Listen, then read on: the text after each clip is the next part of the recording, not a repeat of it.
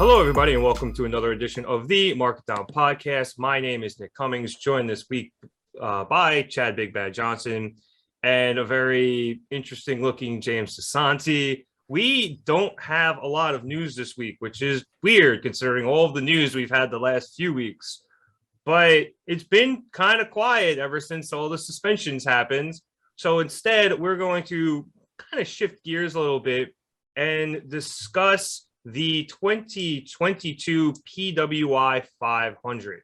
Now, for those of you who don't know, PWI puts out a list of the top 500 wrestlers in the world in kayfabe. So this is not neither who we think are the best wrestlers nor who PWI think are the best wrestlers on paper. It's whoever had the best years in kayfabe in terms of winning titles, maintaining those titles, dominance, so on and so forth. Now, I want to make it clear for those of you who don't really follow this that there is an evaluation period for all of this, and it's a little weird. So it goes from stupid. It's stupid. It's not weird. It's stupid. I don't care. It doesn't make sense. There's no there's no landmark there. It's stupid. It's months before SummerSlam. It's nowhere near a WrestleMania or a Wrestle Kingdom or an AEW pay-per-view or whatever. It's stupid. It's stupid. Okay, I was gonna throw to you, but yeah, sure, you can just take the ball. Also, for those of you who are confused why James's beard is pink, he is paying off one of his two I don't know, bets or whatever, promises to the audience that he was going to dye his beard green. Unfortunately, we didn't have green, so he went with hot pink, and I think he looks phenomenal. So good on you, James. Anyway, yeah, I don't really get the period either. It's very odd. As I was going to say, it goes from July 1st of 2021 to June 30th of 2022. So there's a lot of things that have happened this year that don't count. And there are guys who've gotten hotter starting perhaps in the middle of the year and are really hot right now that none of that counts for this list. For example, a guy like Jay White is a bit further down than you might expect. We will get to that. I guess that's what we call in the business a tease. But there are also things you have to remember from all the way in last year that I don't necessarily do, and I'm not sure all of us do either. But let's dive into the top 10 here. We'll go through the top 10.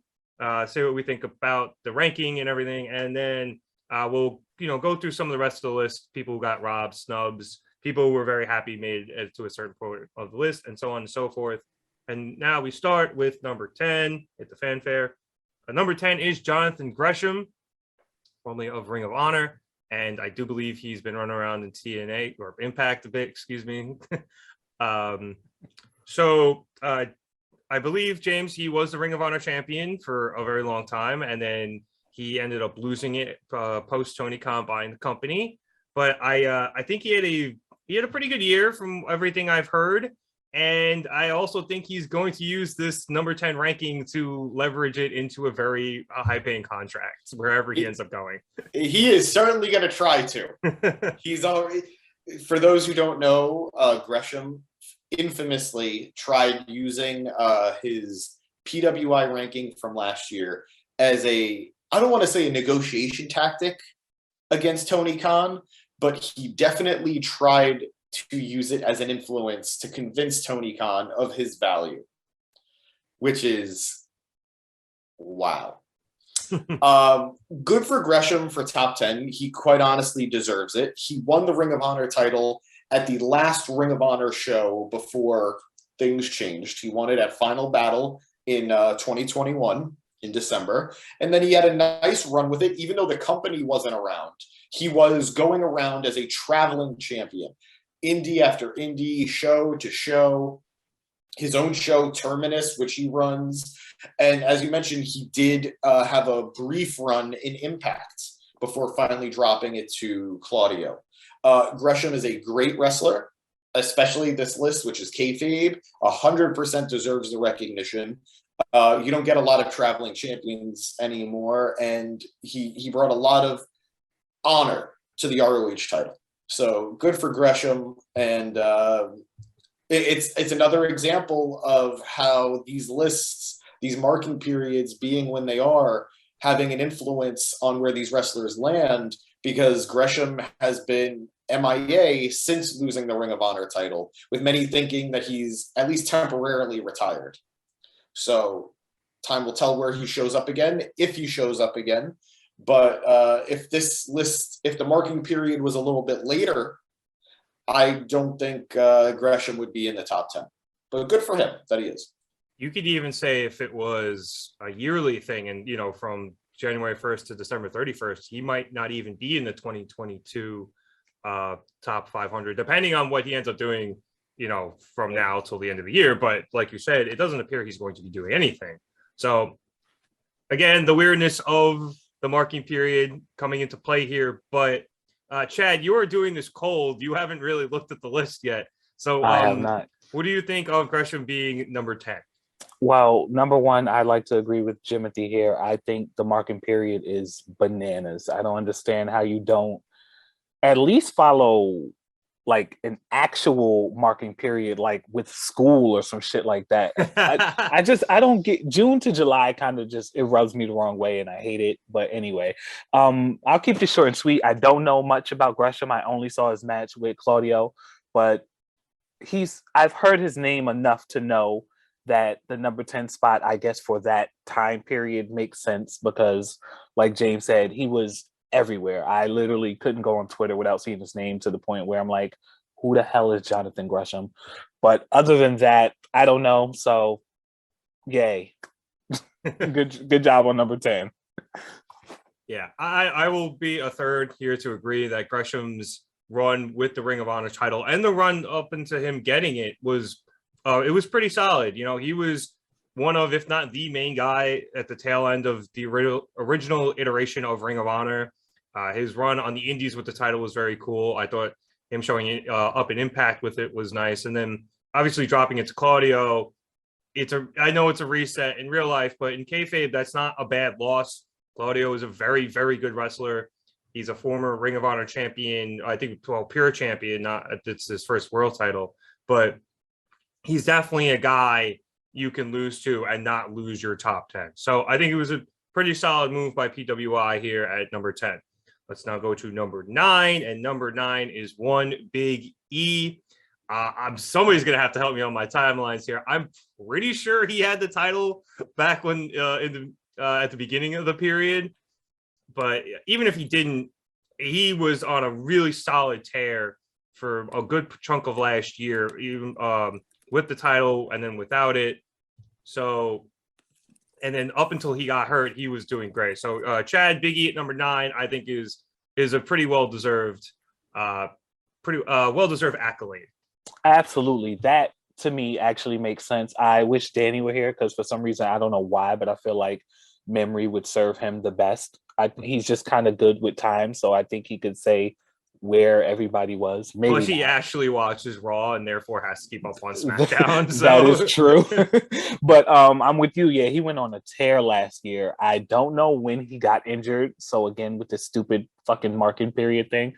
But yeah, his last year, I feel like for him was really great, even though I'm kind of caught in like a twilight zone where I think last year is 2020 for some weird reason, but it was like 2020 for 2 years. Legit. So I can't really blame you. I still say it's 2020 by accident on occasion. Legit. But I know he held the WWE championship, and then even when he lost it, he was still in high risk matches, and yeah, until he got injured, he was on top of the world. So yeah, number 9 makes sense. Yeah, I'm trying to remember. I assume he lost it to Roman. I genuinely don't remember. It was so. He lost it to Brock. Oh, he lost it to. Oh, that's right. He lost it to Borg. Now don't get me talking about dates. I cannot remember months. Right. No, because I'm remembering this now. He lost it to Borg, and then Roman took it off of Borg because they don't have any other original thing to do over there. Wait, he did. That's all. So wasn't Lashley in between that somewhere? Big E lost the title to Brock on day 1. He was supposed to have defended the title against Seth Rollins, but Roman was supposed to defend his title against Brock on day 1. but Roman had to. He had COVID-19, so they turned Big E's match into like a fatal 5-way. It was Big E, Seth, Brock, Lashley, and I think maybe Kevin Owens, maybe. And Big E, despite it being a fatal 5-way, Big E still took the pin against Brock, which is just cuckoo bananas. But yeah, that's how. And then Brock lost it to Bobby, who then lost it back to Brock, and then they unified it at Mania. Right, Elimination Chamber, Mania. Okay, yep. It's coming back to me. There's your timeline, people. So I guess it's a little clear, but I think still James, despite he lost to Brock and then went on a pretty good run after that. Big E being at 9 does make sense. Oh no! So given the marking period. Can we just say that is going to be a caveat for every one of these things, so we could just skip that part. Just insert it into every before every point we make for the rest of the episode, just so we don't have to keep saying it, because then you guys are going to turn into a drinking game, and I don't want to be responsible for somebody going to the hospital. Big E had a great run during this time. Drink responsibly, kids. He won the title. He won Money in the Bank. And in September, he declared he was going to cash in, and he did. He cashed in Money in the Bank in September, won the title, and then held the title from September to January 1st. And then he got injured in March. So from September to January, that's a nice run. Winning Money in the Bank in August or June or July. June or July. Yeah, because August is SummerSlam. So basically from July to January, hell of a run. And then from January to March, reuniting with New Day. So, and prior to winning Money in the Bank, he was, I think, United States champion or Intercontinental champion or one of the championships. He was champion. So he did have a nice run. 9 is great, especially considering he missed the last few months of that time period. I'm happy he deserved it. I know a lot of people weren't thrilled with his title reign. I think he did the best with what they allowed him to do. And I love Big E, so this is a big one for me. Speaking of big things and phrasing, Danny Hernandez is randomly joined the Zoom late to the episode, so we will be getting his thoughts on everything in a second as he comes in. Hello, Danny. Welcome to the episode. Oh my God, is this the Mark It Down podcast? I'm so excited to be here. James, you got a little something on your on the bottom of your face. So guys, I just wanted to come and talk to the Mark It Down universe real quick and say, first of all, you're welcome for that. But also, I'm sorry because I would never, ever lie to you guys. And we said that he's going to dye his beard green, and he is going to dye his beard. Don't you guys worry. I am not. And the rap is coming. Don't worry about the rap is coming. Don't worry about that. But hello, guys. What's up? Hey, Danny. So we are discussing the PWI 500. We have covered numbers 10, who was Jonathan Gresham, and we are currently on number 9, who is Big E. So if you have any thoughts on Big E being number 9, let him fly. Well, since I just read here that it starts from July 1st, 2021. That explains why Big E is on the list. Yeah! No, it's true. It's true. No, we all the worst year of his life. We've been talking about this marking period since the episode started. That's why we're laughing. None of us are a big fan of the marking period. However, we all agree that Big E, considering the marking period, definitely deserves to be in the top 10. Yeah, I guess he deserves to be on the list for sure. But it's debatable. It's just hard to think about Big E this year, even without the injury. Like, he lost the title the first day of this year, and Yeah, but he held it from, I think James was saying, he held it from when he cashed in around September after winning Money in the Bank, and then held it all the way to January. So, and the guy he lost to wasn't no slouch. It was Brock Lesnar. Yeah, a guy not scheduled to be in the match until like a week before. Yeah. Anyway. But still, July to January, you got to admit, is a hell of a run. Yeah, and just as a reminder, it is in kayfabe. So yeah, the kayfabe, it's good for Big E. it's nice to get some props because his reign didn't get the treatment it deserved. Agreed. So him getting on this list at all is and not a consolation prize, but it is a nice pat on the back. Not to sound like Patronizing. condescending, but it wasn't the strongest reign, but it was just such a feel good moment. So it's hard. I could be a downer about it. On another time I will, but just for right now, I'll leave it as is. Good for Biggie. Yeah, I agree, and I think I had already made my opinions known, but I will make them known again. Biggie definitely deserves to be here, as we've said. He had that really great stretch from basically the start of the evaluation period through January, and then he did look pretty strong after he lost the title too. He was doing some goofy New Day stuff at some points, but I think he still acquitted himself well, and he still deserves to crack the top 10. So I'm glad he is there. Let us now move on to number 8, who is El Hijo Del Vikingo. And James, I'm throwing this straight to you because I don't know shit. And only you. Yeah, and be sure to unmute yourself, bud. You don't know that Danny doesn't have opinions on this. I will say I'm not well versed in lucha, in the wrestling scene down in Mexico. I am familiar with Vikingo. Great wrestler. He was slated to take the title off of Kenny Omega, the AAA Mega Championship off of Kenny Omega, before Kenny had to relinquish the title, being dealing with all his injuries. He did subsequently win the title, but didn't quite have the same moment that he could have had. He's very young. He was born in 97. He's only 25 years old. 25 years old and top 8 in the PWI 500. That is a lot. That is quite the accomplishment. Jonathan Gresham could be so lucky. I'm sorry. He's just any man who uses. Anyway. No, I like it. Bring it. Bring the animosity. Vikingo has wrestled in the United States before. He wrestled for Impact for a few years. Now he's really doing his thing in AAA, and he, I'm not the most well versed when it comes to AAA, but the fact that they put the Mega Championship on him following Kenny. Now, let me say, in Mexico, championships aren't as valuable as they are here in the States or basically anywhere else, like Japan or wherever. In Mexico, it's way more about the mask. It's way more about hair.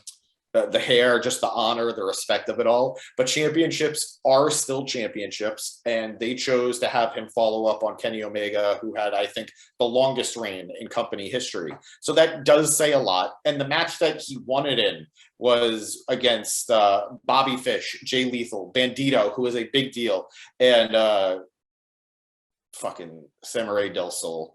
But still, he won it at Triple Mania. That's a big deal, and good for him. I can't say what he's really been doing in the last few months, but the biggest accomplishment here is that somebody outside of the United States or even Japan made it into the top 10. That is a rare feat, and he should be proud. So, real quick, I have a silly question. If you're doing a mask versus hair match, but the guy with the hair also has a mask and he loses, how's his hair cut if he can't take his mask off? Is it just cut up until the mask, or does he take it off and then everyone sees his face? How's that work? Theoretically, this doesn't happen. But theoretically, if that were to happen, they would cover his face probably with a towel or with something else that would just literally cover his face while he gets his haircut. Okay, good. Also, I don't know if anyone's talked about this yet, but it looks like you went down on a pomegranate. So I just want to say that. And also, you missed some good roasts by Dragoon in the live on Wednesday. Nice. You look like you were the oldest person at a Machine Gun Kelly concert. That was like the meanest thing anyone's ever said to me. First of all, I'd be the only person at a Machine Gun Kelly concert. Shots fired. I mean, the you're man's still wrong. winning. He's got Megan Fox. No matter what, he's winning. But yeah, no, fuck him. And now I feel Yeah, fuck him trying to move in on our genre. Like, get out of here. At least Well, now Kevin we're Owens gonna- put him through a speaker, right? God bless him. James is gonna move in on his old genre, so I guess it's fair. Danny, do you have any thoughts on No. Vikingo being here? All right, Chad, you got anything? Or Absolutely we just not. keep it rolling. All right. I will quickly say that besides everything I've heard from James, I've heard very good things about Vikingo on Twitter, and a lot of people seem to be very happy that he cracked the top 10. So congratulations to him. And let's keep it rolling to number 7, who was Bryan Danielson. Now, Hey, sorry, I don't know the list. My fault. no, it's yes. Chad is going into this cold, so we're gonna get some excitement out of him. That was an honest reaction, guys. That was It a was. genuine surprise reaction. You can only be so lucky to see something like that. Now, somebody correct me if I'm wrong. Considering this started in July 2021, was Bryan in AEW when this started, or is this? No. Yeah, so it's encompassing both, I believe, the end of his WWE tenure and the start of his AEW tenure. No, he was out of WWE at that point. He was just straight up in between companies. Oh, when okay, the so he department wasn't finished. He was doing okay. nothing. He was Oh, growing that a was- garden. Yeah, I was about to say he shouldn't get anything for the end of his WWE career at all.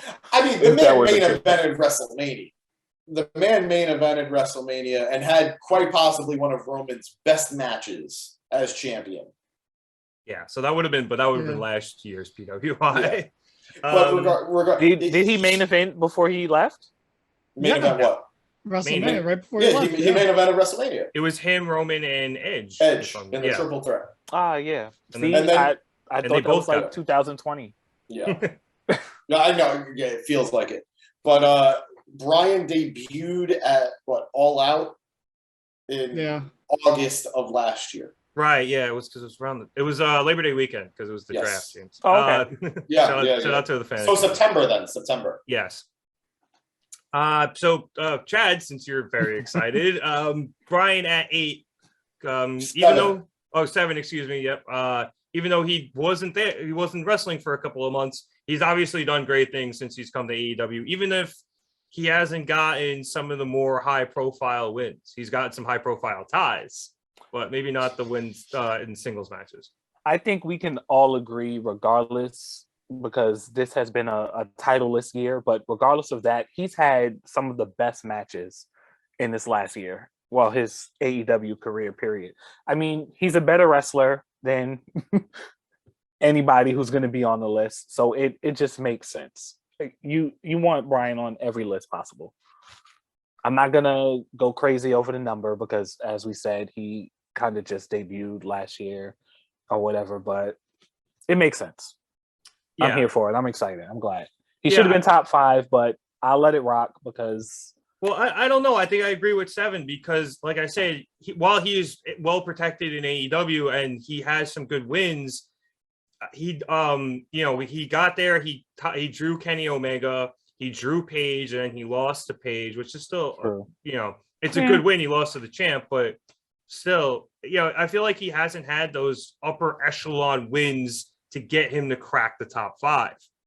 But he's still, I can respect that. He still has enough wins in AEW, and he's still been in the top 5 for so long, Danny, in AEW, that I think him at 7 is a pretty good slot for him. No, this is bullshit. Number 5 doesn't deserve to be in the top 10, so we'll get to that later. I can't wait. But, I mean, I'm being hyperbolic. He could be number 9. He could be.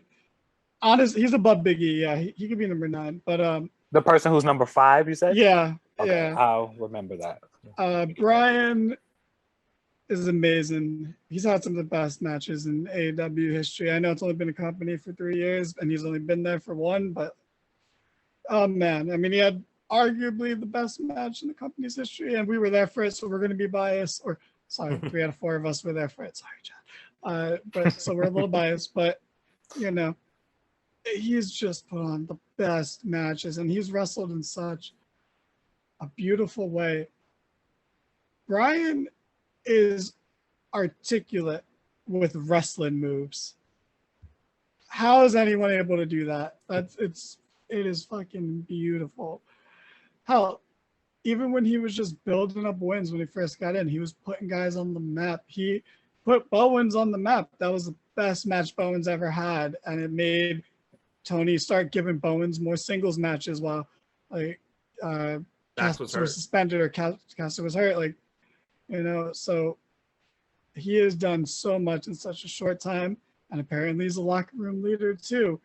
And he's just the best. I don't talk about Bryan like he's my favorite that much, but for a long stretch of time he was. So that's why I always want him to win more. So I'm not even going to get into the losses here because that's another topic for another debate, which we've had and we'll have again. But Bryan deserves at least this. I'd argue he can be above. He could be number 5. But like I said, we'll get to that. Bryan's fantastic. He is great. James, did you get bitten by a clown and that's why like you're turning? Like, what's going on? How did this happen? Poor life choices. I saw you on Monday and you didn't look like this. You know, it's spreading, you know. It started out like just here, and then I woke up and it was just like all of that. So God knows where it'll show up tomorrow. You look like you should be in the band from the Muppets. Like, doesn't the leader of the band have the purple beard? Or Animal. Beard? No, not Animal. The guy with the gold tooth who plays. Yes. Mm-hmm. You having fun? I have to find out his name. I am. I am having fun. We have to find out his name so we can pick Stitch. I got it. But James, I think I'm gonna hope you agree with me that Bryan is perfectly slotted here because, like I said, he doesn't have, I think, the upper echelon wins to crack the top 5. Yeah, absolutely. When he was wrestling, his AEW run is basically what this marking period consisted of, and when he was wrestling, every match he looked dominant. Even when he lost, he looked dominant. Winning matches with a different finish every week, going through the entire Dark Order, going through the newbies of the company, going through some of the bigger names of the company, challenging Hangman, beating Miro. Like, he's one of the few people who have given Miro a clean win, a clean loss, I mean. He had a weird... We have discovered the leader of the Muppets band name, and it's Dr. Teeth. His beard, I think, is orange, though, not pink, but it gives off the same vibe. It's the same chin strap looking vibe. In my story, it's the same color. Well, I'm surprised it wasn't for me because I am actually colorblind. You look like you started your character customization for a video game and just never finished. It's like you started in Tony Hawk's Underground 2 guy and then just left him there because you had to go eat dinner. So he looks like a half-done Caw. Is that what we're saying here? Is that what we're rolling with? So yeah, Bryan, you know, he killed it. He really did kill it, and I'm glad that he's in the top 7. I'm glad that doing what he loves has been so well received, and that's just wrestle. And yeah, Bryan top 7. If he had gotten one more big win during the marking period, either against Moxley or Hangman or Kenny, he'd probably be higher. Yeah, he might even have gone to number 6, and that's where we're going to now. And number 6 is one Cody Rhodes. Now, I'm 100% certain that Cody, this engrosses both the end of his AEW career and his return to WWE. So there is a lot of stuff to cover here because obviously when he got back to WWE, not was he only booked very well, and he had 3 very good wins against, right? Or I don't know, however many wins he had against Rollins. They were all good. It was all 3. Thank you. And he did the 3rd one with a torn pec, which I think in kayfabe made it even harder. Plus, he had his masterclass against The Miz. Yep, not only that, but he had a couple of title reigns in AEW with the TNT title before he left, and he was winning. Oh, he was tending to win high-profile feuds there. So, James, I'll go right back to you since you're giving me the thumbs down. You seem disappointed that Cody is all the way up at number 6. All right. If this was just his WWE run, I'd get it. He looked incredibly dominant. They made him look like the second coming, and it was great. Good for him there. His AEW run, even with the TNT title, was sloppy. Better word than I was going to use. He was Use consistent. your word. I want it. It was weak. We'll go with weak. It was very, very. I know. You could do better. I know. I think it's starting to itch a little bit. It might be because it's trying to crawl off your face. He was losing feuds that were going on for way too long. And even if he got the win in the end, he had lost like 2 or 3 of the matches in the feud anyway. Nothing prior to his WWE return felt important. It felt messy. It felt sloppy. It felt unnecessary. And I guess, yeah, he still did win a title twice, but he didn't win the world title. And there was an actual world champion on the list, that isn't in the top 10. There was a couple of former world champions who aren't in the top 10 that should have been, in my opinion, instead of Cody. So top 20, sure. Top 6? No, thank you. Yeah, I think I'm here for that.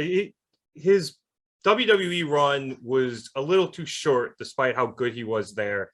I think to propel him all the way to number 6, it feels like a little bit of recency bias for me. And I understand his power levels shot way up once he went back to WWE, but it's supposed to be all encompassing. And if you're going to go that route, Chad, I think 6 seems too high. Everyone knows I absolutely hate talking about Benedict Arnold, but here we are again. Who's back of the week? The curious case of Cody Rhodes. No. Oh my gosh. I thought we were done with this until he was back from injury, but here we are. Okay. Hot take. Debatably, he had a better year than Daniel Bryan. Bryan Danielson, whatever. Nobody wants to see Cody at number 6. Everyone knows I hate on Cody, so let's hate. The end of his AEW run was garbage. It was terrible. It was garbage truck juice. James is being nice, and we're not here for that. It was trash. You give me flashbacks to working at the parks department with the garbage juice. Give me a second. Sorry. But it was trash. And then he came to WWE. Everybody jumped on his bandwagon. I was still in the minority where I don't like him and I don't want him to win anything. And he won every fucking match in WWE, only to get injured and go out.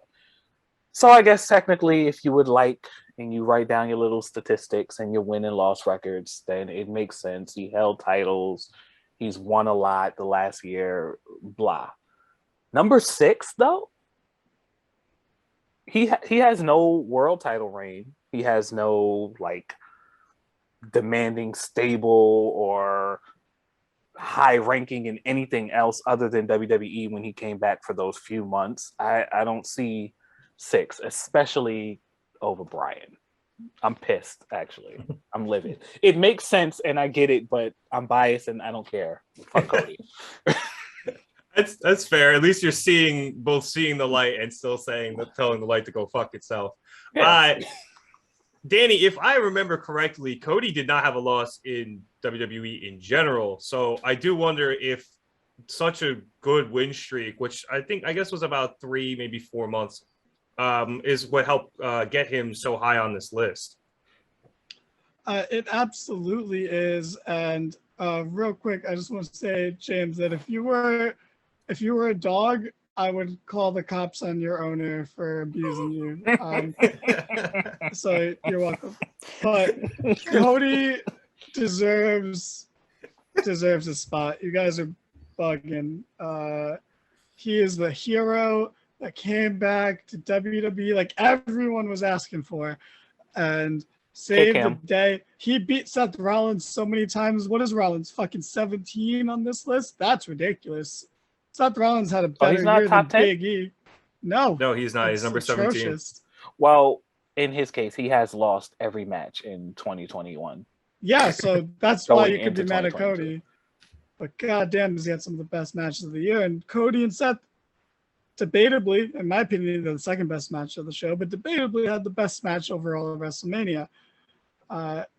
And his return is just, it is, even though there's no titles involved, it's bigger than 95% of the titles. If he had won the U.S. title, it would have knocked him down on the list. So, like, him winning was fine. If he didn't get injured, he'd be number one. Guaranteed. Promise you, he'd be number one. I don't know about one. I think one's going to be really hard to crack, but he might be higher. I just use my super sleuthing abilities, and I think I know who number one is now. So it shouldn't be that difficult to figure out. Yeah, it's not. He'd be number one. I just want to throw out some of the people I remember Cody facing in AEW that are on the list, and just to show where they are. So Malachi Black is number 73, which is below, in my opinion. Where the hell? What did he do? He hasn't. That's also true. It's just I think he's better. Sammy's 28, and like you said, Seth is 17. So Sammy Guevara is 28. Yeah. So just comparatively, guys who Cody beat as compared to where he is. And those are just the guys. Those are the top three people that I can actually remember him beating. This is kind of erroneous on all counts, but continue. So what? First of all, is this list? It's all guys, right? The women have their own list. Yeah, correct. The women have their own list. And they get the PWI 100 or it used to be 50. I think they moved it up to 100. Yeah, and also too, it's no tag teams. Obviously, there's single tag team wrestlers in it, but they don't have the teams in there together. Got it. Like Matt and Nick Jackson are separate. I thought I saw Jordan Grace on the list, but okay. So where's the Miz on this list? I am looking for it, and quite frankly, I wish I had this open on my laptop. I'm gonna actually do that so I can control F some people. But I'll look. Keep going. Gotcha. Yeah, because obviously, as James alluded to, that's one of his big TV feuds from this year. See, I'm making fun of it. 150. 150. That is way too high. That is way too high. What the fuck has he done? Name one substantial thing he's done besides. He won the WWE Championship. He was the WWE champion. That was before. That was last year. Like before this. That was 2021. Like this goes from 2021 to 2022. Yeah, this goes from July 2021. No, Miz was champion for 2 weeks in March. It was January. Yeah.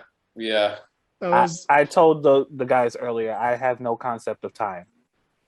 Yeah, no, I understand. The world started over 2 years ago, so it's a little tough to keep track of everything. 2020 was 2 years, man. Literally, it just bled. So that's way too high. But anyway, Cody, honestly, maybe Cody should be above Bryan if you guys want to debate that, but I think they both should be above number 5 if you want to segue into that. Oh my god! Yeah, sure. Let's jump right into it. So who is great? I'm not hating on him, but like, I don't think he deserves to be number 5. Oh, I know who it is. Who it is. Number 5 is Bobby Lashley. Woo! Are you kidding me? He absolutely should be number 5. Thanks, Danny. Here we go.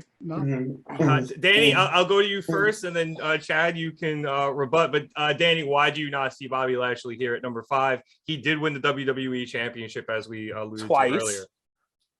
Just once in this time span. Time span for the list. No, he's won twice. No, just once. I'm just gonna listen to what you guys say because again, my time is off. Now I don't know. Bobby's a 3-time champion. He won the first time beating who? Miz? No, beating Miz. Yeah, he beat Miz. He defended. Okay, so that was 2021. Yeah, no, he won it from Brock. He won it from Brock. And then he won it lost from back. Miz, and then he held it for mad long until he was cashed in on by Big E. And then he won it from Brock. Here's your at the answer. Rumble. And then that's it. How is he a 3-time champion? I thought he was a 3-time champion. Well, he's at least I thought 2-time so, within too. this period, and I don't know if he won the No, US no, title. No, he's only it's one in this not. period. Is what we It's only one. It's only one in this time period. When was the cash in? The Was that- cash in. Oh was yeah, well he would have the been year champion. Yeah, no, he would have been cashed in on like September 2021. So he would have been so he WWE was the champion. champion. So So yeah, he came in. Yeah, okay. The So time period 2-time as champion. Okay, champion. fair enough. Fair Won it enough. back Kinda, in, yeah. in January, and then So I was right. Yay, 2-time champion. Yeah, cool. so, and I don't know if he won the U.S. title in this time period at some point. I know he ends up holding that a lot, but the dude's had he a did. really good kayfabe run. So, So I think I'm sure, leaning more towards Chad's side here than yours, Dan. Yeah, no, he is. He just. I mean, I don't care. I know I'm in the minority here, but real quick, I like how you dyed your beard to match the leaves changing color outside. That's very cool of you. Fall for the win, but yeah, but in kayfabe, I'm not gonna argue that Bobby doesn't deserve it. He's had no good matches in this time span. He's That's had false. great matches in the beginning of his title reign, but none of them were in the time span of July 1st, 2021 to June 30th, 2022. Even his dude couldn't even have a good match with AJ Styles, bro. Come on. Like, Erroneous. that's Erroneous on all the counts. easiest. Thank you, Vince Vaughn. That's literally a fucking T-ball pitch right there. He couldn't even hit a home run on. He couldn't even put it in play, bro. Yeah, he's had no good matches in that time frame. But kayfabe wise, absolutely, he should be top 10. But you know, he didn't save America like Cody Rhodes did. So like, Okay, yeah, I don't know if it was during this evaluation period, but Cody did solve racism, so I think that does need to be taken into account at some point. But Chad, I think Danny is doing the reverse of you here with Cody, where he has seen the light and is just ignoring the light entirely. But Yeah, absolutely. Absolutely. I mean, come on. Again, I know how Danny feels. We all know how Danny feels. No, you don't. Danny is a very difficult person to read. Yeah, okay. I'll leave it at that. But I mean, we know how he feels about Bobby, but come on, it makes sense. He absolutely deserves to be number 5. You know it. Okay, but still, name one good match he's had in this year span, please. Him like versus one- The Miz with the interference from Dexter Loomis. Random. So, I mean, yeah, that's a good case for the Miz because it's the most sympathy I've ever had for the man in his whole life. Oh God, the cash-in match was good. Him versus Brock was good, even though I have my issues with Roman. I've seen, and especially him versus Theory was good twice. I've seen a few. I think both things Are can be you true grading here. this on an NXT 2.0 standard? What are you getting at? It's fucking rude. I mean, Just What you know is good. we're not gonna get 5-star matches from Bobby Lashley. I think I disagree. I think he's totally capable of it. he's absolutely he's capable, capable. but we haven't been getting 5-star matches. However, there's nothing wrong with the 3-star match. That's what Cody's career is based off of. Raw. Ooh. Oof. Damn, yo, But people are anyway. taking so many strays today. Again, 2-time WWE champion, United States champion. I don't care what Danny says. He's over as fuck and has been for at Yes. least 2 years now. Going on 2 years. It makes sense. It makes the most sense. I'm glad my boy got his shout out. Now, if he never does anything else again, it's fine because he cracked the top 5. Danny, I think both things can be true here. Obviously, it's opinion based, but I think you can think he has shitty matches. But in kayfabe, the dude has had a top 5 evaluation period. Sure. Like- I don't think they're shitty. I just think he's never had a great match in this run. Which is fair, but he won, which is the point. Yeah. I'm not arguing the kayfabe side of this at all. Like, Yeah. that's a fight I can't win. James, let's get you in here. Are you with Chad or are you with Danny?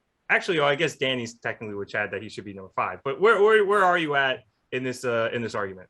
I feel like I need to be on the opposing side as Danny. It's not even wanting to support Why? Chad. You joined this video because you made you must have made a list of all the ways you could have ripped me about this beard. You're not here for the video. You're not here for the PWI 500. You're here for this. Okay, that part's true. I didn't plan this. I didn't plan these out. Legitimately, I do agree with Chad.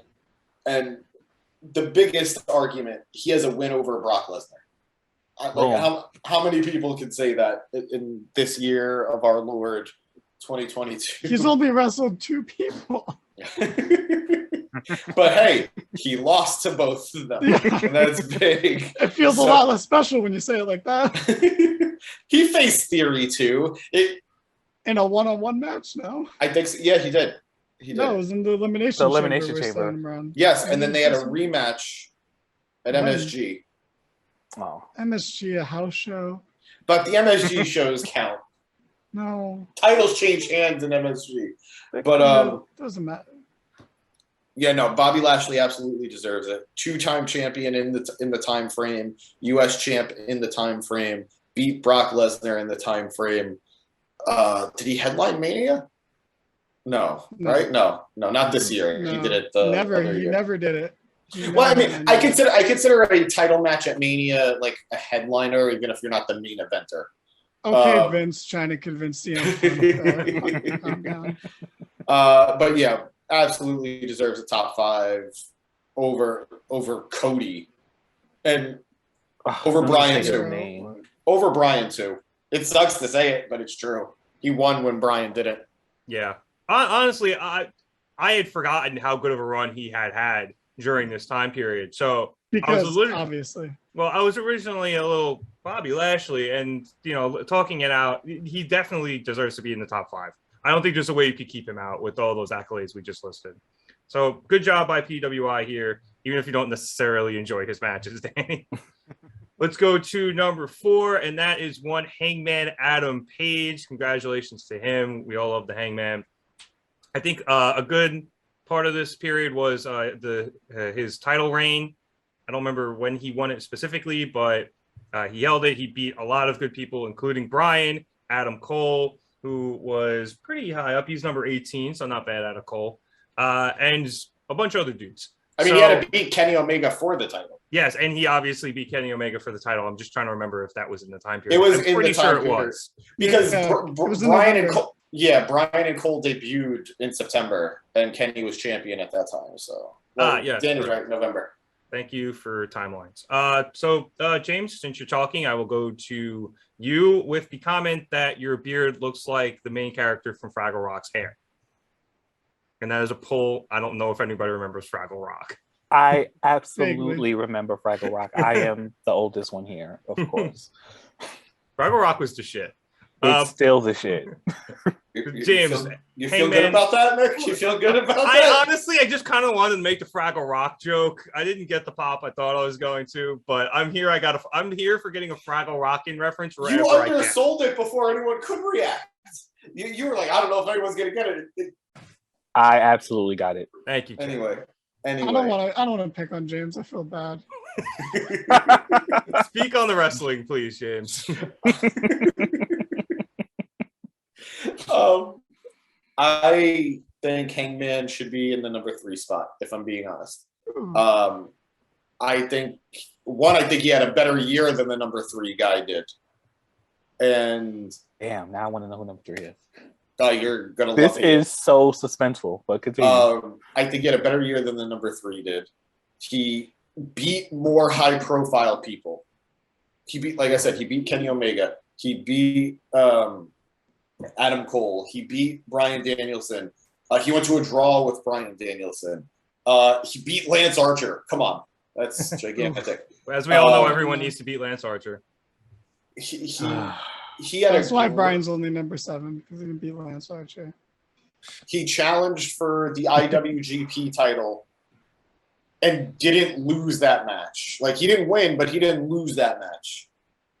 So I absolutely think he should be number 3. I understand him not being number 1. He shouldn't be. He had a few losses along the way.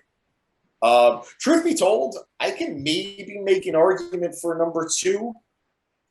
But but I would still like even number 2 makes sense where he is. But absolutely, I think he should be number 3. Number 4, it feels like they're like saying, "Oh, 3 and 4, what's the difference?" It feels like there's a massive gap between 3 and 4, considering who 3 is and who 4 is. I'm gonna agree with that, but we will get to it more in a bit because we don't want to spoil Chad here. So I'll go to you then, Chad. Hangman at 4.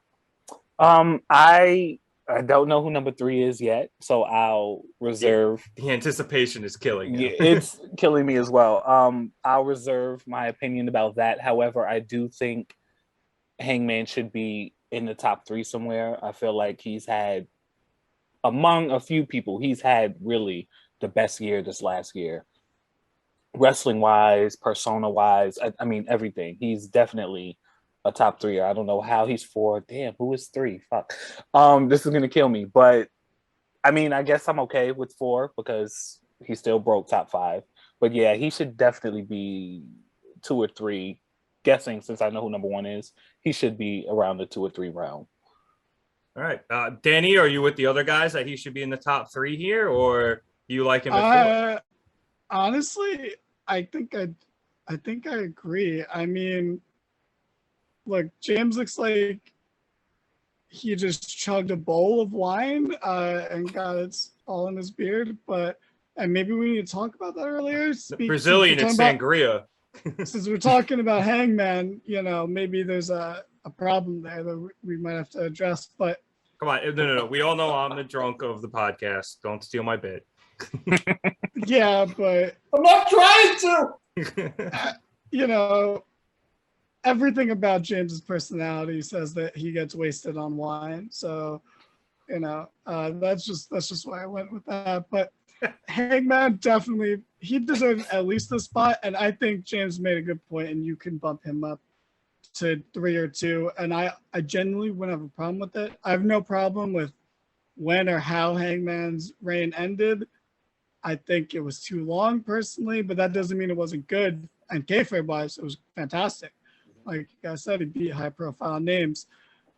He beat, when he shouldn't have, he beat Bryan Danielson, but it's still a huge notch in his belt. And you can't take that away from him. And story wise, none of these guys had the story that Hangman had, even though most of it was just the culmination that would qualify for this year. The last 2 months of it was peak wrestling storytelling, especially in the modern day. So from an emotional standpoint, I think he is the favorite, and I don't think you can really argue that.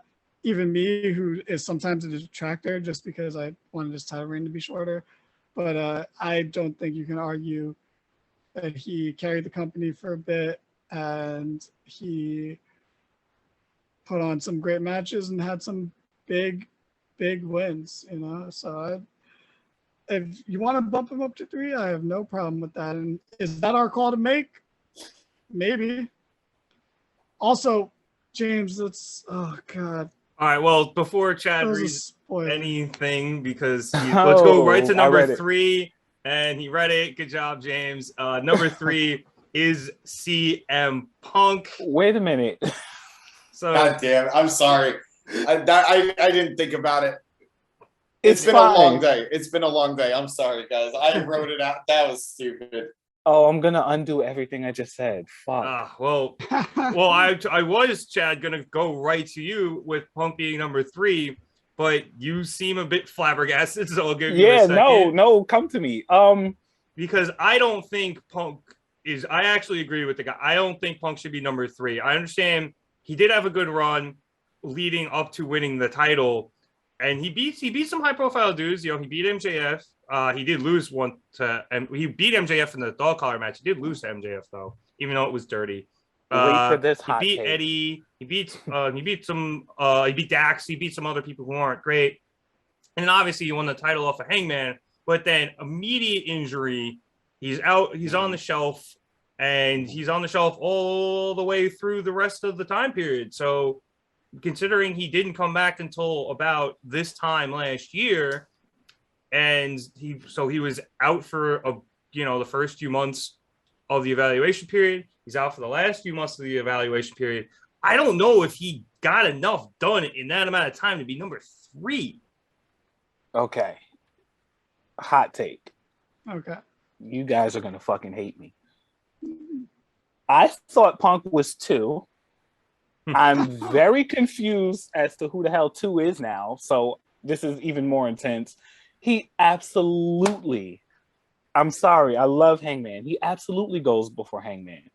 He has revolutionized wrestling. He is single-handedly the most controversial wrestler that we have ever seen. His comeback is, if it's not the most viewed promo on whatever it is, end of the story.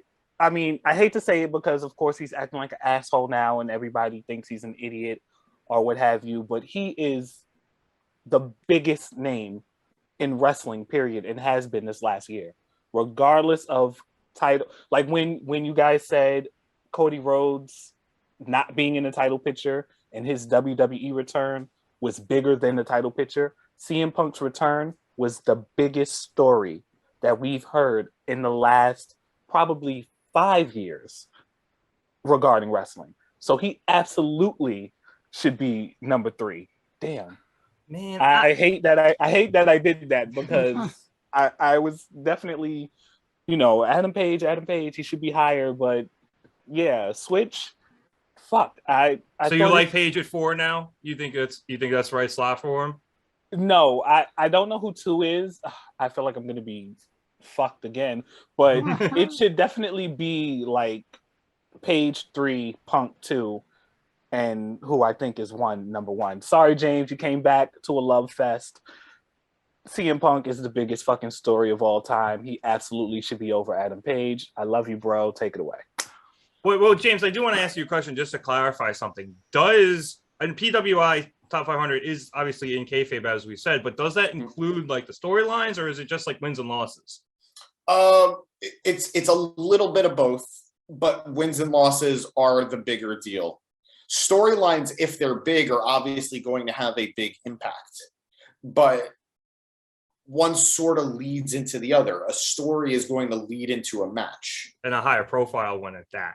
Exactly. And that's the thing too. Like for me, I don't think anyone had a better story in AEW during most of that time period than Hangman. Him challenging for Kenny, and granted, except for CM Punk. But that's the Hangman's thing was only the first 3 months of this time frame, because it was the culmination of it was November, so he really only had a couple months of that story in this time period. But then he had that lengthy title reign, and exactly he beat a bunch where of dudes. Nothing happened.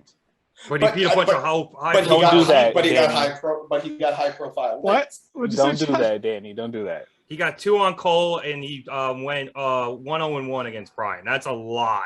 Yeah, and he beat 2 top 20 guys. Yeah, he still should be top 3, but he should be 3. But the thing is, though, kayfabe wise only, take away how I feel about Punk. His wins weren't as big. Thank you. He beat Darby Allin, which who hasn't? Big. Granted, he gave MJF his first win or his first loss. I mean, at Darby, but I love Darby, but like we've all agreed that this year was not Darby's year. Darby's ranking is also atrocious. What is it? I'll check. Go ahead. Keep going, James.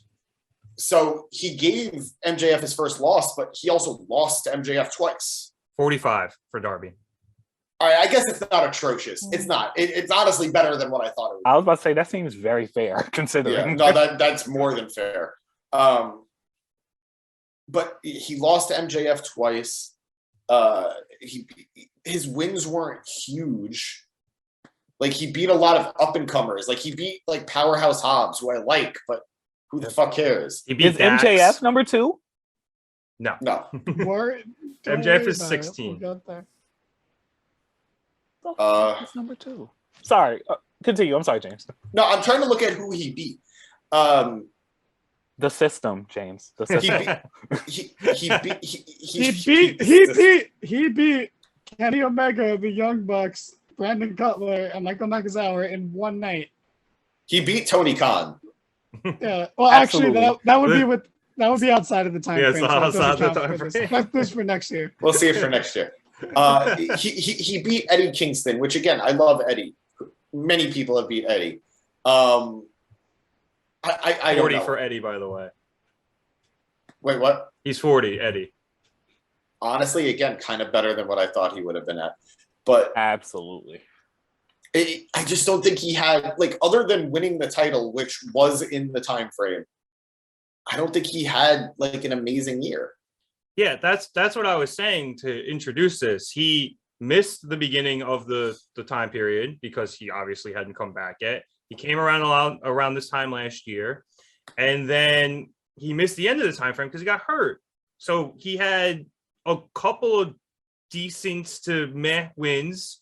You know, he beats MJF in the dog collar match, but like you said, he lost him twice. And then he wins the title, and then he's out. And he, you know, I understand technically, I guess he was still a champ, but he's an injured champion. I don't understand how that translates to number 3. Yeah, I don't get it. Danny, are you with me or are you with Chad? Well, you see, when we were talking about number 4, I was with you guys and saying that he should be above number 3. So and now I flip-flop completely, and I'm with Chad that used to be above that. See, the thing is, I'm playing both sides, so that way you always come out on top. Playing both sides. But also, you know, I'm gonna just disagree with James because I don't know. I guess I'm jealous that he just went down on Ariana Grande before this podcast started, but you know. So I'm going to just say I disagree with whatever he said. Oh my God. That being said. Not Cat Valentine. And Nick, this is why we do gallery view and not speaker view. I hope it was worth it. No, honestly, I would have laughed over everything Danny said. So I'm glad I muted my mic for that because I was losing it. Well done. I didn't even know we're on gallery view. That's no, we're not. We're on speaker. We're on speaker. But a little behind the scenes action for you guys. Punk's comeback is bigger than Hangman's entire title reign. And that has to be taken into account because it's yes, kayfabe is the most important part of this, but even in kayfabe, a CM Punk return is a big fucking deal. I'm sorry, his entrance has like 14 million views on YouTube. Like it's. I actually watched Rampage live for it. I know. Yep. Imagine doing that now. But he had a great year. You guys are downplaying his matches. Okay, his match versus Eddie was fantastic. His match with Darby was fantastic. His matches with MJF were fantastic. His match with Paige was fine. And his match with Dax was amazing. Okay. And are we all forgetting his match with fucking Robert Fish in this time frame? Yeah, he barely put Fish down. Fish kicked out at 3.1. Yeah, exactly. How good could he be? Because he was rusty. That was the story, is that he was still getting back into it. Isn't it crazy how everyone just thought that was part of the story at that time? Sorry, it's a little tangential, but you know, it's insane. That being said, I actually don't care if we swapped Hangman and Punk, but I think Punk definitely deserves his top placement. I like what Chad's saying about Punk 2, Hangman 3, but that's also just because I don't watch enough of the other company, in this case, the other company, to, you know, really comment on the next one. So I don't know. I don't have major issues with Punk being here. If him and Hangman were swapped, I also wouldn't really have issues. But I think we can't undervalue the significance of Punk being here at all. So I think no matter what, he was going to get a top 10 spot, even if his matches weren't that good. I think that was an automatic guarantee. But I think he earned a top 5 placement. And if you want to say he doesn't deserve 3 over Hangman, that's fine. Like I don't care. The bottom of your face looks like the cover of a fucking Twilight book. So like I don't. I think honestly, I don't really know if I have Punk in the top 5, but if you are gonna put him there, like you said, I think you gotta flip him and in Hangman. I think Hangman should be number 3 over him. Okay. I understand Punk beat him, but just compared to what they did in the time period, I just don't think Punk did enough. I can agree to an extent. When it comes to the wrestling, I would give it to Hangman, I guess.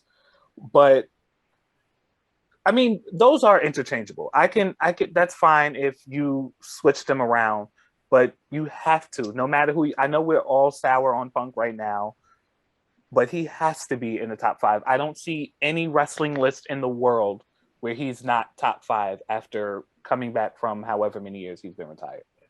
And yeah, it could be maybe it's the waiting. Story. The story is bigger than the wrestler at this point. It could be I'm not weighting that enough into my consideration. That's also possible. But okay. And I'm looking a little too much at the wins and losses and who they were. Bobby Lashley had a better year than Punk.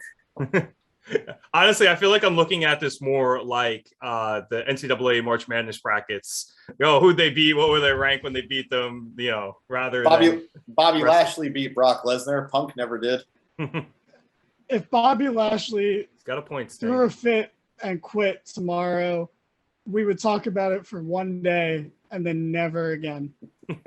So I hate to be on Danny's side because I like Bobby, but he's kind of right. I like Bobby too. It's really coming off like I don't somehow. I don't know how this is getting misconstrued here. You've been doing it forever. All right. In my story, you hate him. All right, let's rope things back in here. Go to no Hangman, pun intended, and go to number 2, who to finally end Chad's confusion is Kazuchika Okada. Oh, okay. There you go. I knew you'd get it. The second I said it, you'd be like, okay, that makes sense. Yeah.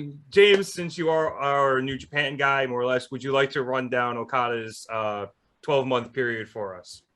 I don't know if I can do the full. I mean, he had a run with the IWGP Championship. I believe he won the belt at Wrestle Kingdom. I'm not entirely sure. I could look that up now, but it's Okada. That's really the long short of it. That's all you really need on the resume. Just the way, and I get it now. The way you guys are talking about Punk, I just think comparing it to someone else who was also in AEW. For me, I'd still edge it out to Hangman. But with Okada, he's Okada. He was the most dominant force in New Japan for the year. And he will, for the last several years, he's been the most dominant force in New Japan. One of the major selling points for Forbidden Door was, would Okada be there? They sold more seats once Okada was announced for the show. I'm going to look him up now. I'm going to look up his year, but I know that he beat a lot of big names. He beat Will Ospreay several times. He beat Jay White, although admittedly Jay White took the title off of him. But that was towards the tail end of the period. So which we'll get to in a minute. Okay, Ospreay was number 27, by the way. I'm saving White because and he also broke. He tied, I think, a record that he won his 3rd G1 climax.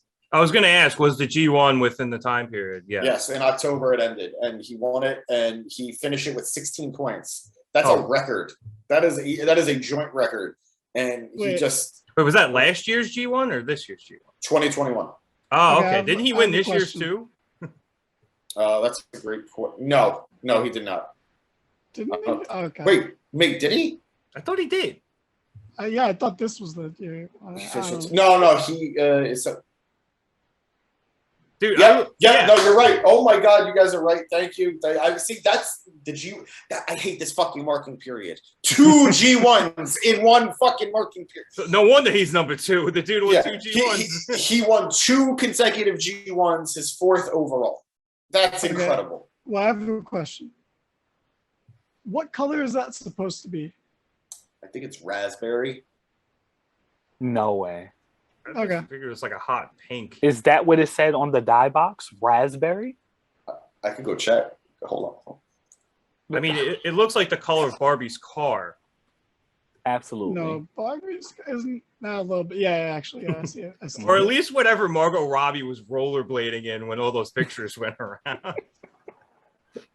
But Chad, I'll go to you next. Hopefully your confusion has waned a bit with Okada at number 2 and everything's starting to make a bit more sense. Yes. I mean, for my personal list, I think I would switch Okada with Adam Page, and then it would be like that. I think that would make the most sense, but that's only because I am ignorant to Okada's accolades.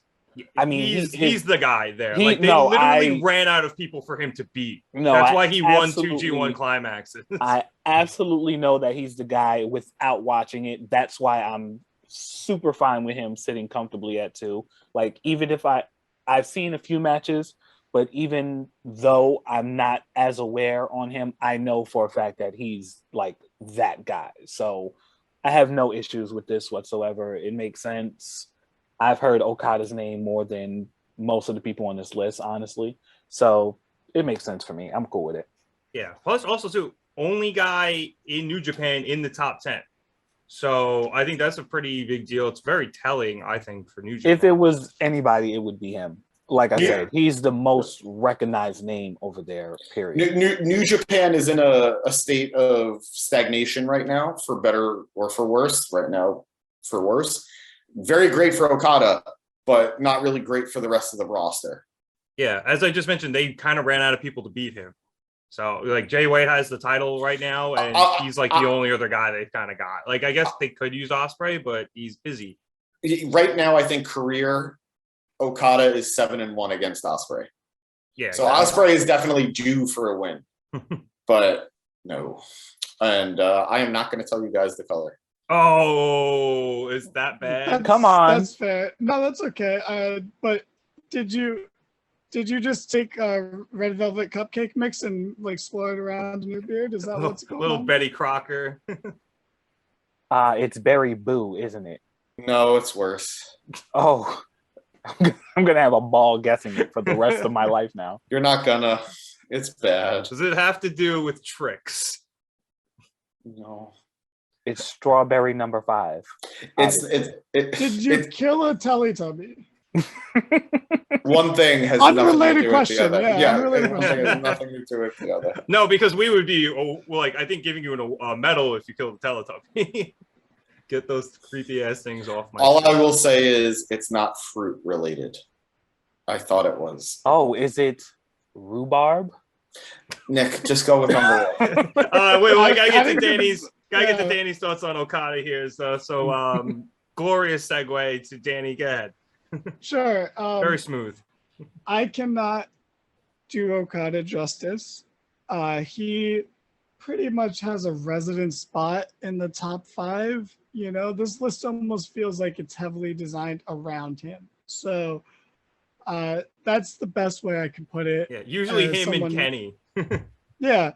So that's the best way I could put it as someone who doesn't watch as much New Japan as I should, or not as I should, but as I could to better understand how fantastic this guy is. So instead, I'll just bring up the fun fact real quick that Reggie is number 490 on the list. So he's on the list. Oh, Reginald Reggie? Yeah. I guess so. That's the only Reggie in wrestling I know of right now. I was just making sure. You know, he did hold the 24/7 title quite a few times. So, you know, that really adds up. So that means Dana Brooke's probably going to be like number 2 on the women's list, I assume. When does the women's list come out? Eventually. Yeah, I don't know. I don't think there's I don't think it's any time near now, you know? Oh, okay. I don't think it's going to be like next week or anything. I just want to say I'm disappointed R-Truth is not on this list. I just checked. Oh, man, I don't think he's won the 24/7 title in a long time, so that's definitely why. That makes sense. He was probably really high up than like the last time they did this. Well, according to R-Truth, you know, he's always been better than CM Punk, and him and him and Miz were the draw in that tag team match, not CM Punk and The Rock. So I thought it was Cena and The Rock. Not Survivor Cena Series? or CM Punk and Triple H. Sorry, Yeah. whenever they tagged against them, they're the draw. Not them.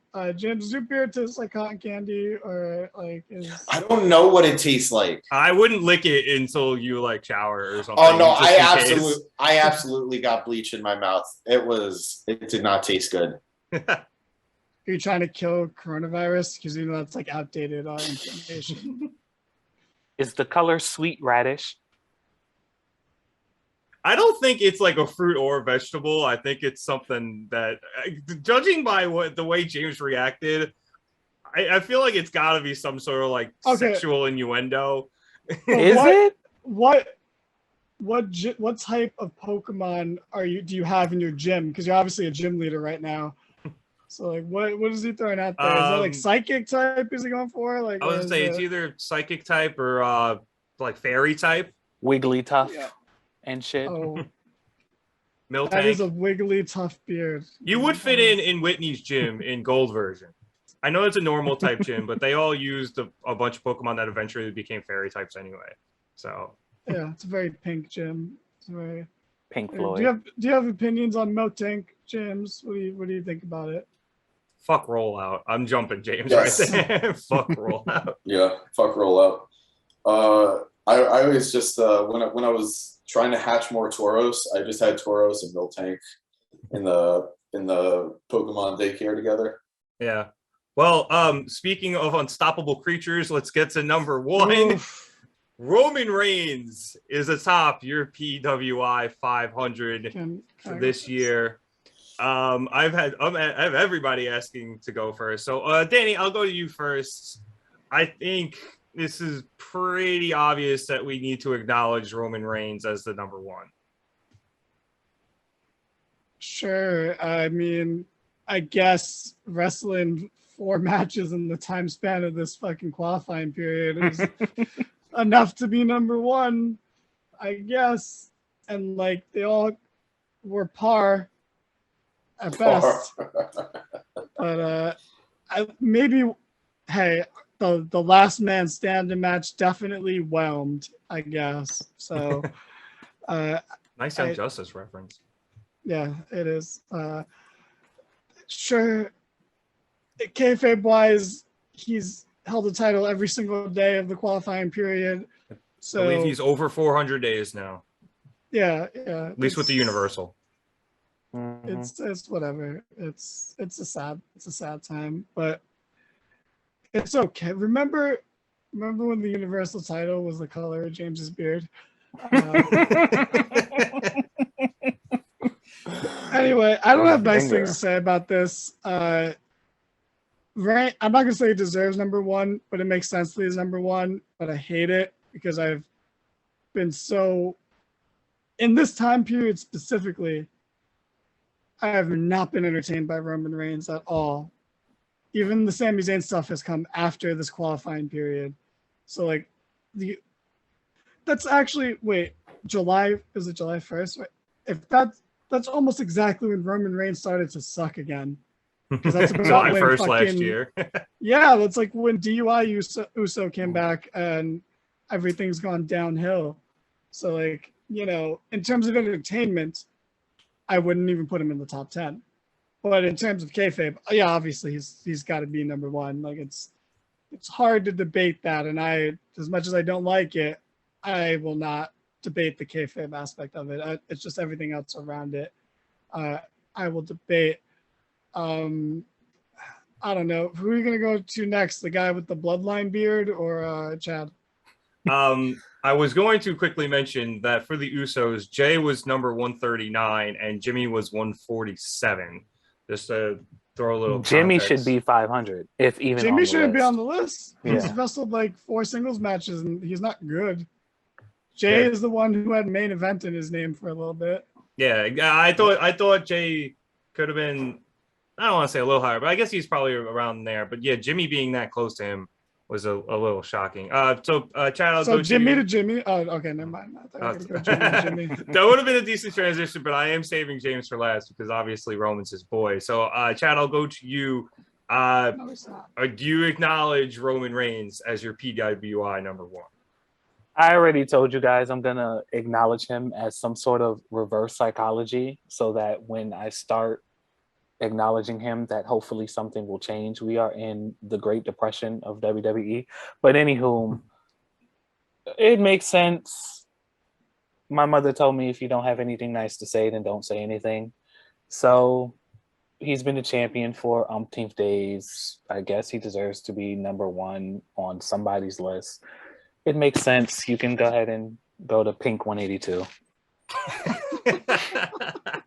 God damn.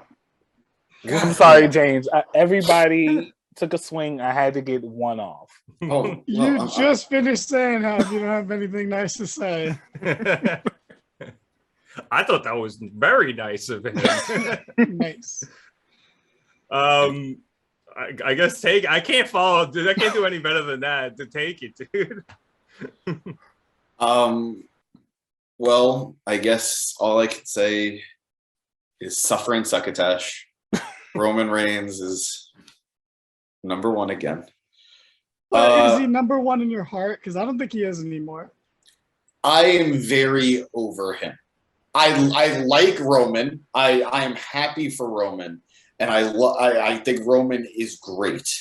I am very ready for a new champion. I am done with this title reign. You don't think great is a reach? I think Roman, when he's on, is absolutely a main event caliber, always going to deliver superstar. I just think the way he's been booked, especially lately, they're going way too hard on the cowardly heel who would rather rely on the family or the wise man or the Sami Zayn. You already said the family. Fair point. Fair point. Rikishi's favorite son. Oh my God. I think they're playing it too much like the cowardly heel than the final boss he should be. But that said, Roman is a great wrestler. He is a incredible storyteller. His best stuff, in my opinion, was during the Thunderdome. He was doing amazing character work. The little subtle things he was doing, like his facial reactions, the little whispers he would say to his opponents, all those things. Being able to talk to his opponents and get it picked up on the cameras and the mic for us to hear on at home was great. They still do that with the crowd, but it's much harder to hear. Exactly, and I think all that shows how good he is. But that's not the way he's being booked. Like, Brock Lesnar is objectively a good wrestler. I cannot tell you the last time Brock Lesnar was good in a match. He's just not booked to be good. When Seth Rollins cashed in. Yeah, that's great. That's true. That holy shit. That was what, 6 years ago? 7 years ago? Exactly. That was my point. So, he's not allowed to be. Just like I don't think Roman is allowed to be. That's not fair. He had like the Styles match and the Bryan match. And the Finn match. The Rollins matches.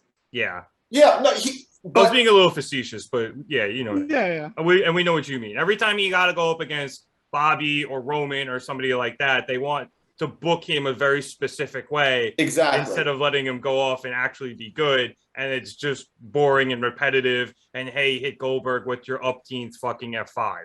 And they're doing the same now to Roman. And I can't remember the last time he won a title match without the help of the bloodline or someone or something getting involved. I really can't, and that sucks. But I disagree with the Kim Possible villain over here. In that case, I think having him be the overpowered final boss is worse. Because at least some baby faces can be protected and defeat. And in theory, you would get them over. But what I've said countless times is that Roman Reigns doesn't put people over anymore, and they don't get over for facing them anymore. So exactly. Either way, the formula isn't working right now. So I do agree. I do agree with that. I would like to see a clean win somewhere. Like I knew somehow he was going to cheat against Drew if he was winning. I knew it. They kept talking about the bloodline too much for him. Not like, can he do it by himself? I won't know because the end of this match is going to have something go on. But regardless of all that, the kayfabe of it all, yeah, there's no denying the number one spot. The people he's beat in the time frame alone, he's beaten Edge, he's beaten the Mysterios, he beat Cena, he beat Brock how many times? Goldberg. The only person he didn't officially beat was Rollins. Rollins is the only person he didn't officially beat because he got the DQ loss against him. So he's just this dominant force, for better or for worse. Kayfabe, he's absolutely number one. And I'm looking forward to next year, somebody else being number one. I hope.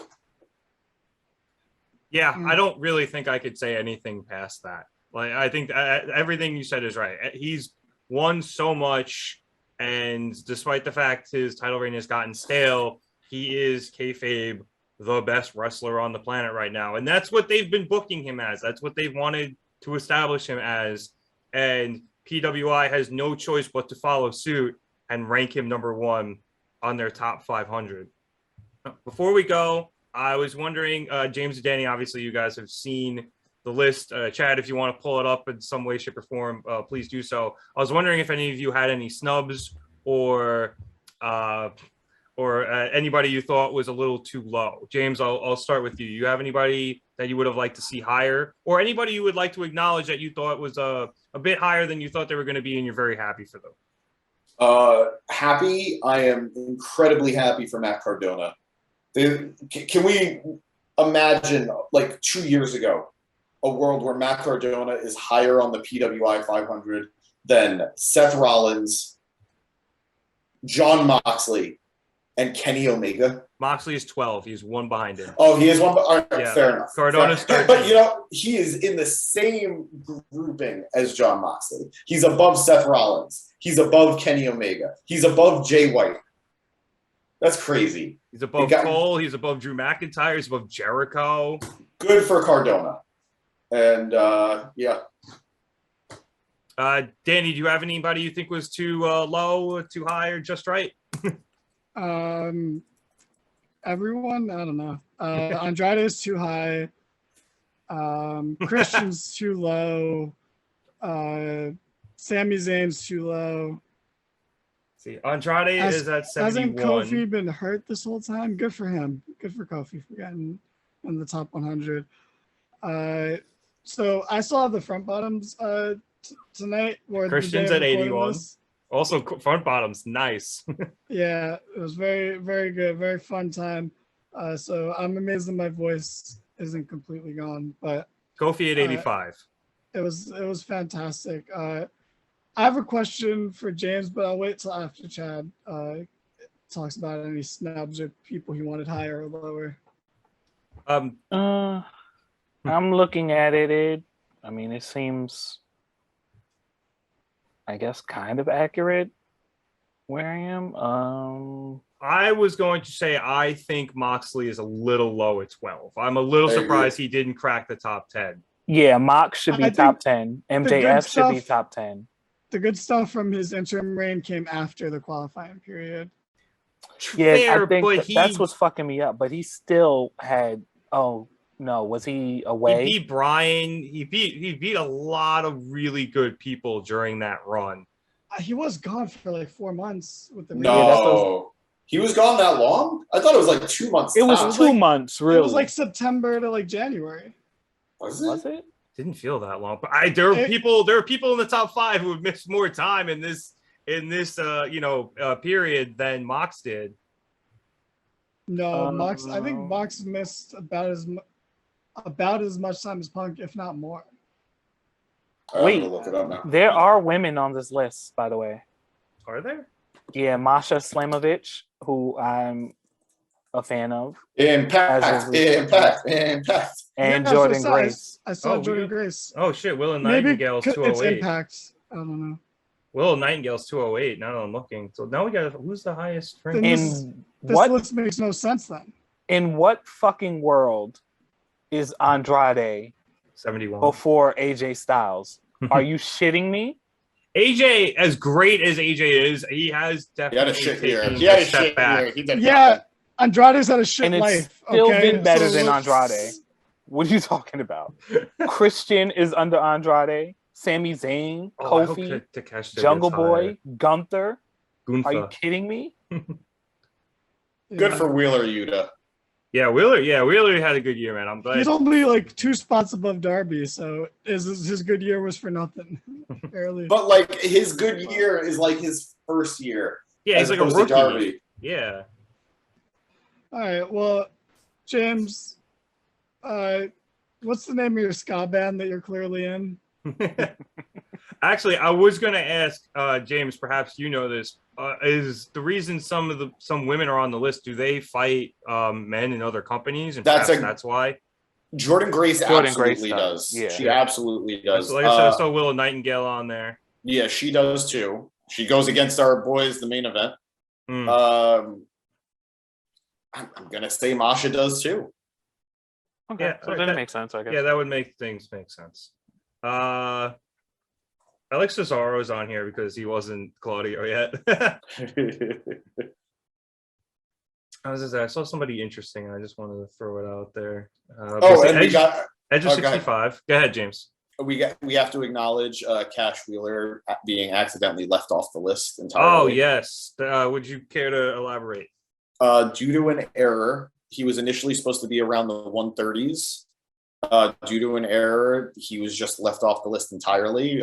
They have apologized to Cash via Twitter.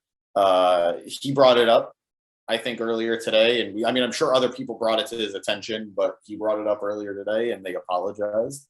So where's Dax? Dax actually, he had a pretty good spot. He was 101, right below Kyle O'Reilly. And I think that's fair. I would put Dax way above Cash. Yeah. Dax wrestle singles. Yeah, and he, despite the fact I don't feel like he has any really good high-profile singles wins, he always looks good in all of them. And he beat Cash. Yeah, and it's true. He did beat Cash. So, yeah, I'm definitely here for that. Just randomly seeing Nick Gage at 112. Would you put Andrade above both of the Young Bucks? Yeah, because this isn't tag teams, it's singles, and they rarely do singles.